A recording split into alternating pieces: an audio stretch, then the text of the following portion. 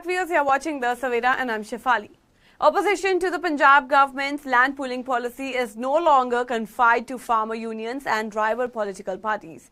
It has now begun to create visible internal rifts within the ruling Aam Aadmi Party. Several party leaders have started publicly expressing dissatisfaction with the policy, with critics argue to detrimental the interest of farmers. In a recent development, Gurpreet Tharaj, a senior Aam Aadmi Party leader from the Bagga Purana Assembly constituency, resigned from his post on Block Pradhan. Now, in his resignation, Tharaj cited deep dissatisfaction with the party's stance on the land pooling policy and accused the leadership of pushing forward a policy that could severely harm the state's agriculture community.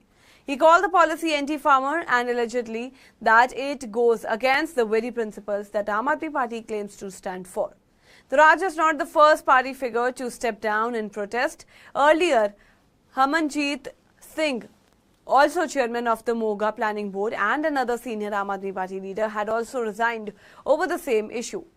Dadrewala warned that the land pooling policy could compromise not only the ownership right of farmers but also jeopardize their future, paving the way for large industrial protests to exploit farmland.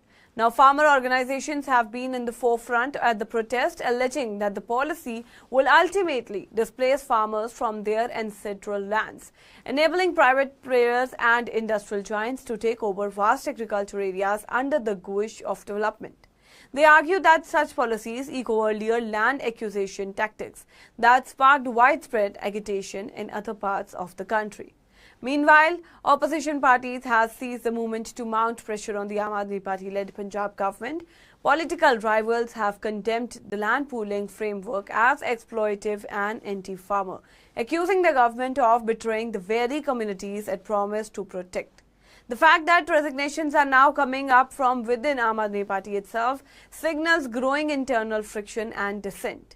These developments indicate that the land pooling policy is becoming a politically violent issue with the potential to affect the party's image and grassroots support, especially among Punjab's farming communities, which form a critical voter base. With resistance now coming from within and outside the party, the Punjab government faces increasing pressure to review or reconsider its approach. How the leadership responds in the coming days may only determine the fate of the land pooling policy, but could also influence Aam Aadmi Party's political stability and public credibility in the state. That's all for now on this update. Stay tuned to The Savera, download the app and follow us on various social media platforms.